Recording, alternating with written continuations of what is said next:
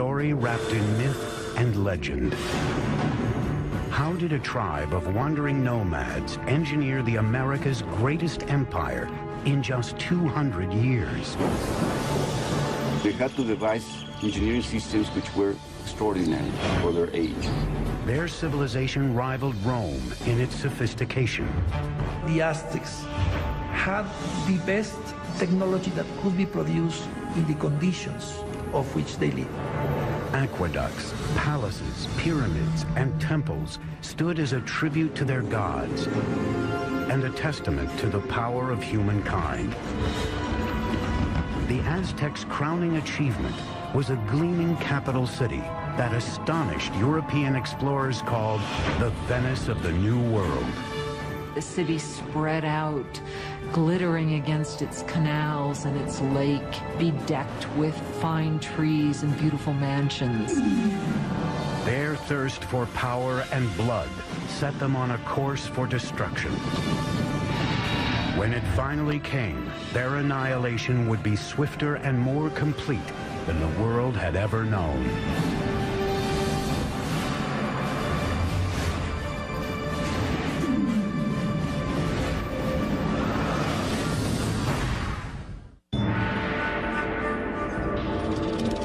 And the Aztecs became the leaders of the Valley of Mexico. After conquering the Valley of Mexico, the Aztecs could now turn their attention to bringing clean water to their growing city. Remarkably, the Aztecs would independently design and build something that only a few world empires would master: the aqueduct. The aqueduct actually had two channels, each about 5 feet high and 3 feet wide. One would be cleaned and maintained, while the other was being used so the water flow was never interrupted. The twin-tube aqueduct ran for 3 miles from the mainland to the center of the island city. In town, water streamed into public fountains and reservoirs, and was distributed to the public in large clay jars or by canoe. In comparison to the Europeans, the Aztecs were a very clean people. We know that the Aztec emperor bathed twice a day. So in terms of hygiene, the Aztec people was much more advanced than the Europeans. While the Aztec nobles were bathing in luxury, at this time in Europe, plague caused by unsanitary conditions was killing millions. King Quetzalcoatl's own bath was one of the most unique in the Americas. It was fed by a sophisticated aqueduct system that also brought running water to his palace grounds. Behind me is the hill of Tezcatzinco. And on this hill, Quetzalcoatl built a fantastic pleasure palace. And around this palace, a virtual botanical garden filled with all of the exotic flowers of Mesoamerica. Quetzalcoatl brought water from the Sierra Nevada mountains all the way down to here, into this hill, to his palace, just to water his plants. To install an aqueduct there, Quetzalcoatl had to fill a huge gorge between Tezcatzinco and the next hill. As the water arrived at the first hill, it gathered in small pools built to control the speed of the flow before it reached the aqueduct. After crossing the aqueduct, the water ran in a circuit around Tezcatzinco Hill, spilling off over the sides in rock-cut waterfalls to water the gardens. It ended up in a nearly perfectly round rock-cut pool called the King's Bath. And from here, he could look upon his domain at Texcoco, and he could look down at the botanical gardens that he was watering with his fantastic aqueducts. It is indeed a bath fit for a king. By the mid-15th century, with their empire on the rise, it was time for the Aztecs to choose a sovereign leader. He was called Moctezuma, and he would be the first of 2 emperors with this now famous name. Moctezuma's first order of business was to extend the empire's borders. The Aztecs captured city-states southward to the Valley of Oaxaca, westward to the Pacific, and east toward the Gulf of Mexico. By 1449, the empire contained as many as 15 million people. In the short span of 100 years, the Aztecs accomplished the impossible. They had toppled the Mesoamerican world order. But while the Aztecs dominated militarily, their island city was vulnerable to a different kind of enemy. Like New Orleans, Tenochtitlan was constantly doing battle with water. And one of Moctezuma's first projects was to protect his city from the deluge of water surrounding it. This is what is left of Lake Xochimilco, in the southern part of Mexico City, in Aztec times, the city of Tenochtitlan. This lake, like the other 4 lakes that surrounded the city, were spring-fed. Thus, there were no rivers or streams into which it could drain. And if it rained hard enough, the water would rise up and sweep over the land and into the city itself. And this is exactly what happened in the mid-1400s when a flood of catastrophic proportions swept into Tenochtitlan.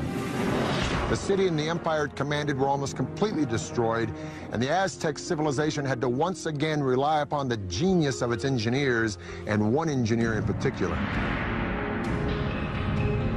Moctezuma enlisted the help of his old ally, Nezahualcóyotl, to protect the city he was rebuilding from the lake.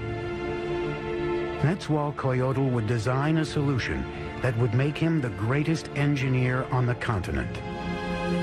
His plan was to create a safe zone around the city with a huge dike that would protect Tenochtitlan and its inhabitants. It was designed to be larger than any earthwork anywhere in the Americas at the time, running for 10 miles just east of the city from the southern edge of the lake across to the north. The walls were a wickerwork construction made of sticks, reeds, stone, and earth. Since the lake was shallow, the dike was only about 12 feet in height, but some 27 feet wide. Nezahualcóyotl fitted the dike with sluice gates, most likely wooden doors that would be raised or lowered to control the water level behind it. The dike also served another purpose. It protected their water supply. It was important to build some sort of protective mechanism to keep salt water out of the freshwater western part of the lake. An army marches on its stomach, so said Napoleon.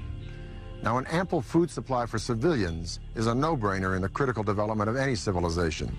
But the Aztecs perfected a unique method, not only to provide a substantial food supply for its civilian populace, but to fuel the military expansion of its empire.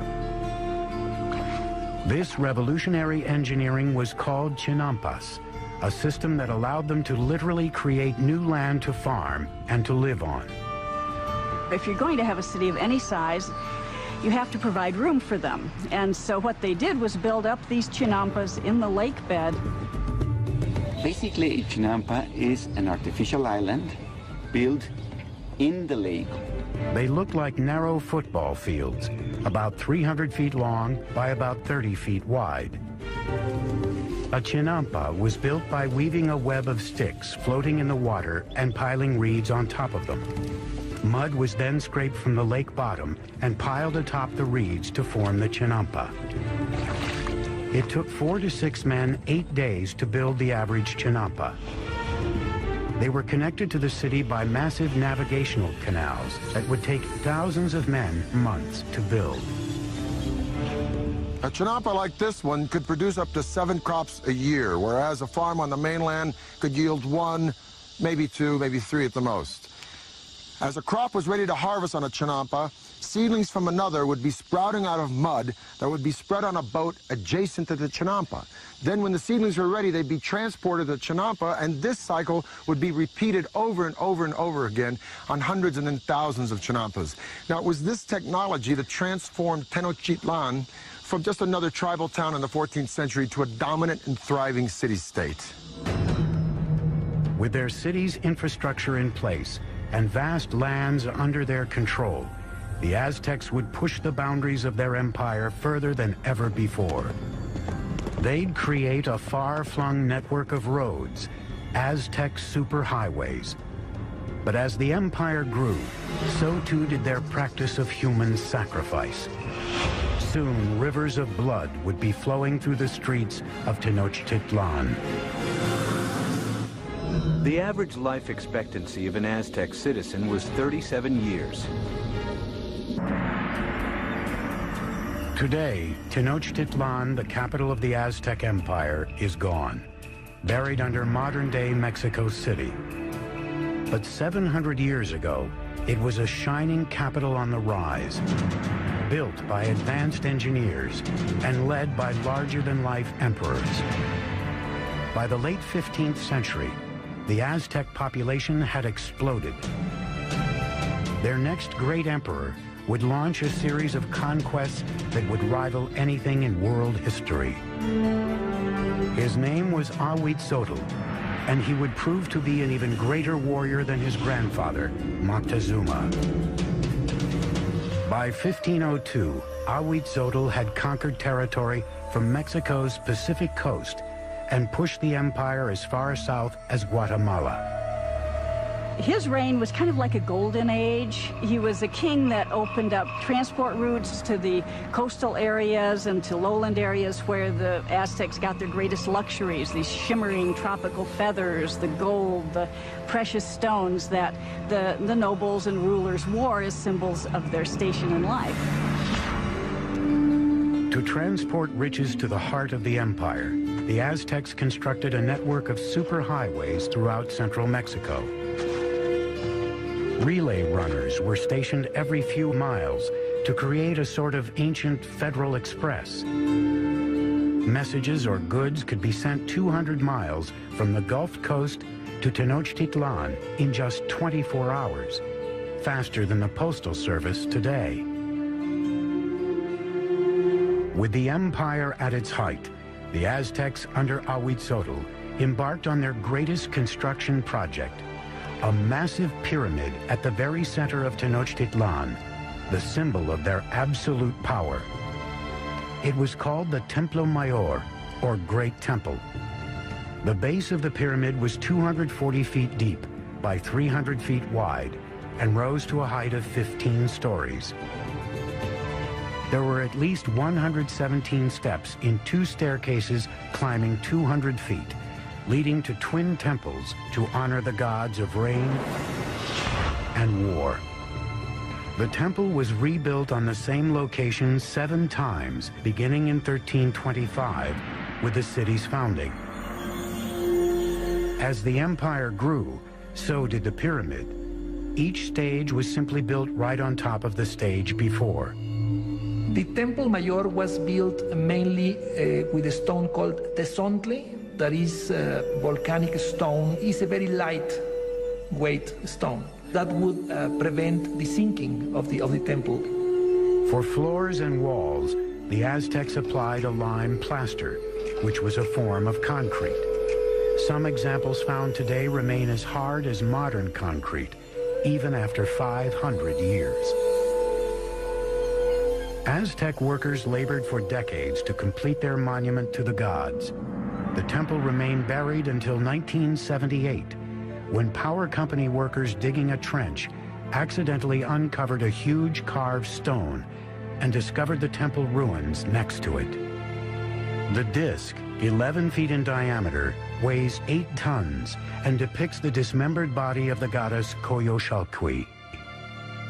Coyolxauhqui was the moon goddess, but her brother murdered her because she became pregnant in a very shameful way.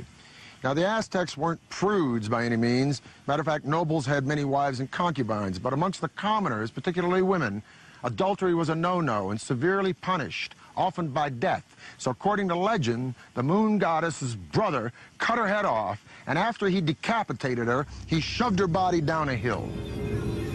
The Aztecs reenacted this killing literally and frequently in festivals throughout their calendar year. They would decapitate their victims at the top of a pyramid like this and then push the carcasses down the steps to the great stone at the bottom. For the Romans, their most precious treasure was gold. For the Egyptians, it was the afterlife. For the Aztecs, it was human blood. They felt a sense of reciprocity with the gods, so they needed to give a thanksgiving to the gods, giving the most precious thing they had, that was human blood.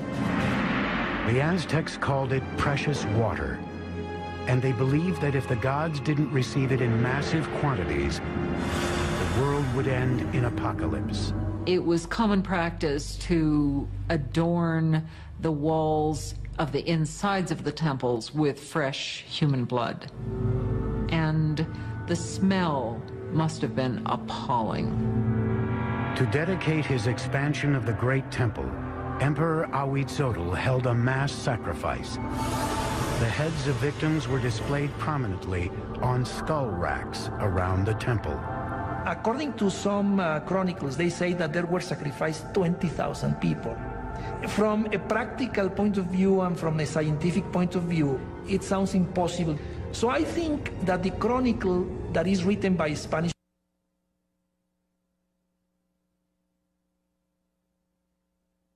sources is basically telling us that to their eyes they were many. As Ahuitzotl's reign continued, the bloodletting skyrocketed. Life in Tenochtitlan soon became an orgy of death. Friends and enemies alike would be brought in to witness the sacrifices. It's always ritual. Sacrifice is always a ritual event, but it was also a political statement. And it was a kind of form of intimidation. By the time of Ahuitzotl's death, the Aztecs had institutionalized sacrificial killing and turned killing on the battlefield into an art form. They were the America's fiercest fighters, an elite cadre of whom would have a spectacular new mountainside temple dedicated to them. But even they were not prepared for the war of the worlds that was about to descend upon them. Aztecs used obsidian to craft their blades, a volcanic stone so sharp it's utilized in modern-day eye surgery. 1502, Ahuitzotl, Emperor of the Aztecs, is dead. Moctezuma II, a 34-year-old former priest, comes to power. A world away in Spain, an 18-year-old notary named Hernan Cortez is preparing to cross the Atlantic to join in his country's conquest of the New World. This is the zenith of the Aztec Empire. It now covers at least 80,000 square miles, reaching out from Tenochtitlan to both coasts and as far south as Guatemala. Some 25 million people are subject to Aztec rule. 38 provinces containing innumerable city-states are paying them heavy tribute, making the emperor and nobles fabulously rich. The city spread out, glittering against its canals and its lake, bedecked with fine trees and beautiful mansions. And Moctezuma II presided over it all. He was known for his statesmanship and military skills. A tough leader, he slaughtered the population of towns that wouldn't bend to his rule.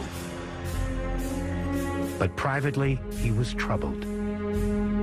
It seems that Moctezuma was a passive individual, perhaps even a depressive individual. Legend says that when he witnessed a comet streaking across the skies over Tenochtitlan, he spent the rest of the night in tears. As the weeks went by, he became increasingly paranoid. But at the height of his obsession with the supernatural, a very real threat approached from across the sea. Spies posted along the Gulf Coast reported strange sightings offshore that they were at a loss to describe. They never have seen a boat, so they didn't even have a word to describe that. So the Indians refer to those boats as mountains that move in the water. In 1519, after sailing from Cuba, Cortez landed with 11 of these floating mountains and 500 men on the Gulf of Mexico, 200 miles southeast of Tenochtitlan.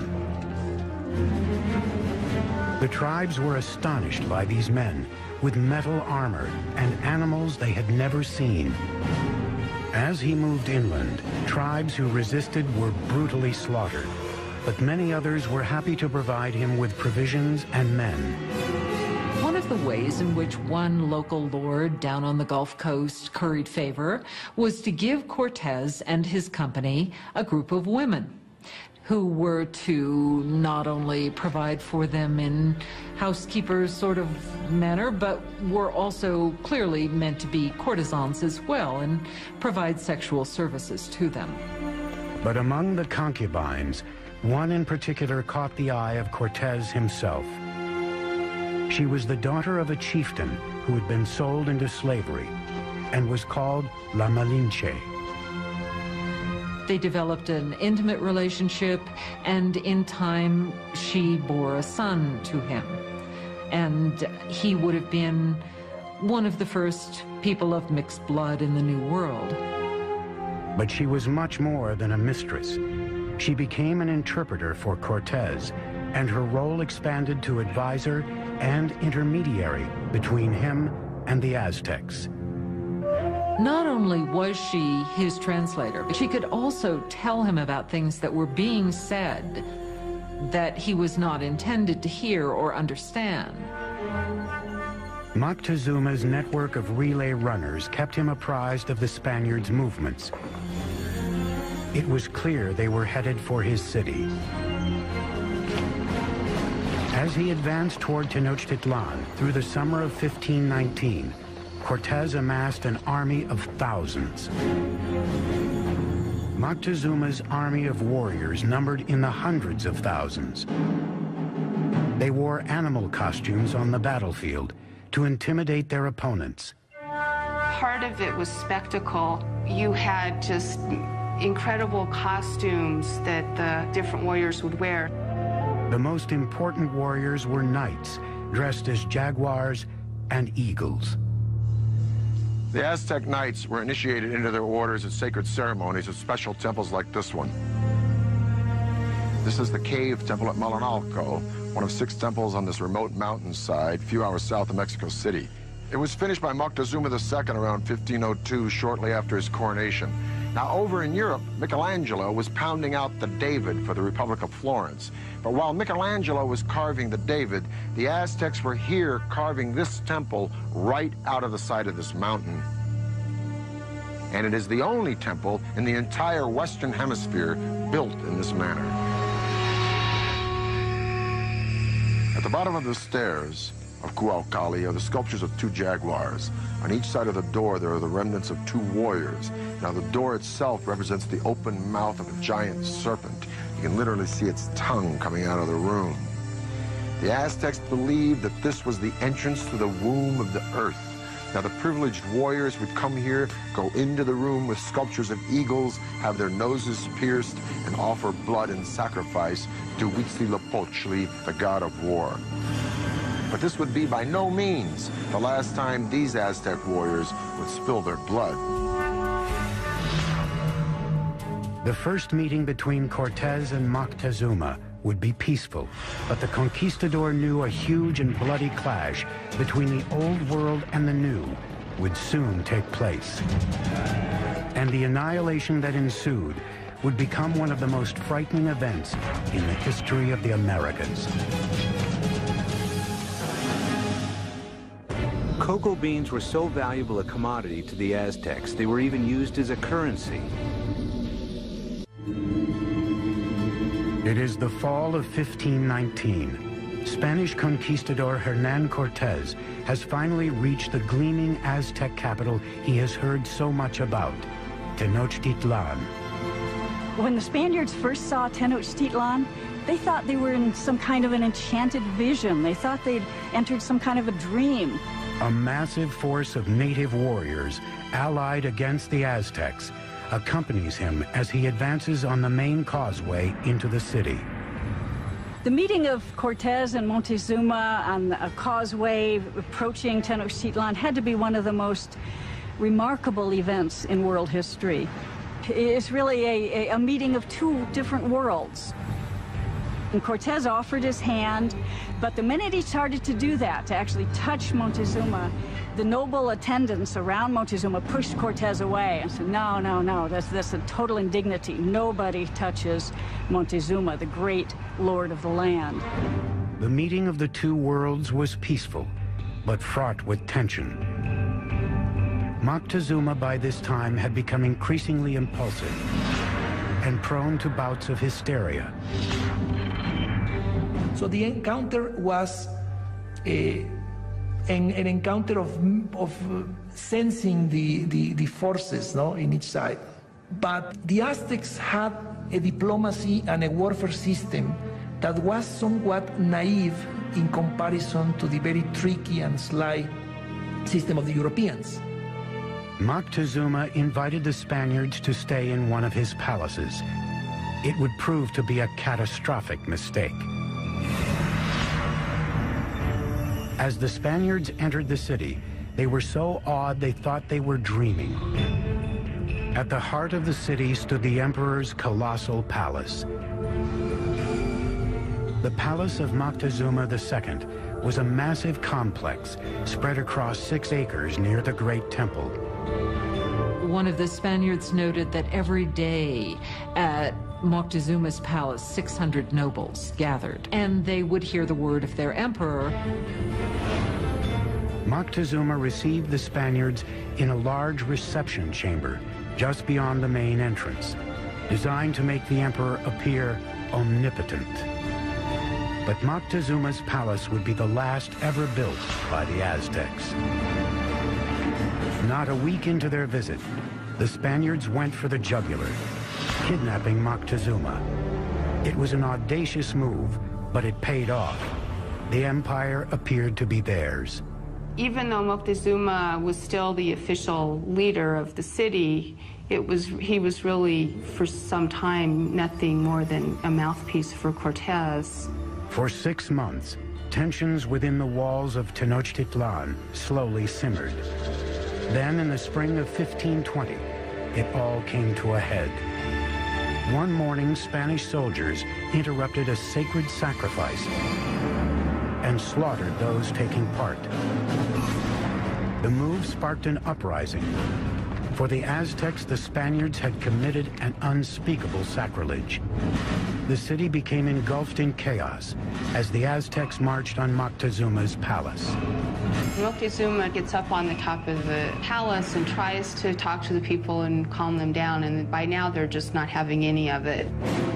Moctezuma had become nothing more than the Spaniards' puppet, a betrayal so great in the eyes of his people, they pummeled him with rocks and arrows. Shortly after, Moctezuma's lifeless body was tossed from the palace walls. Whether he died at Spanish hands or from injuries inflicted by his own people may never be known. And the Spaniards at that point decided this would be probably a good time to leave the city.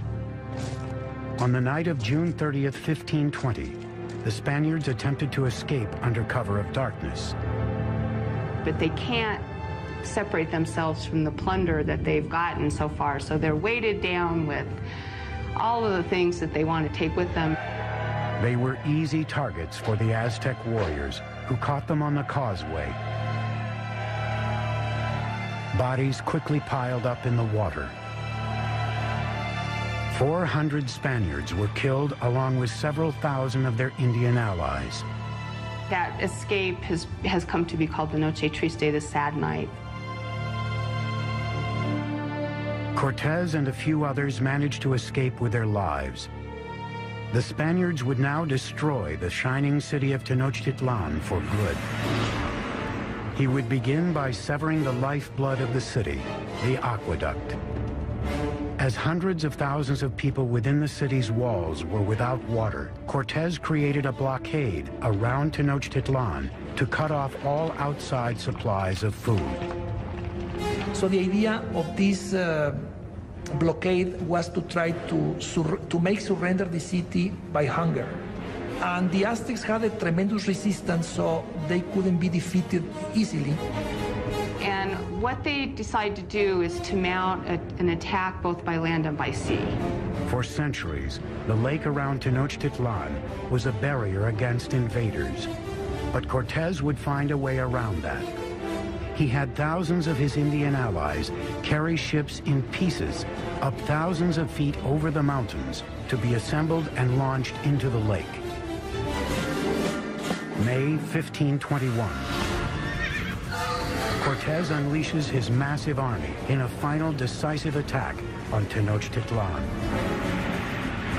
600 Spaniards, including 100 cavalrymen and upwards of 50,000 of their Indian allies, clash with the Aztec defenders of the city on its grand causeways.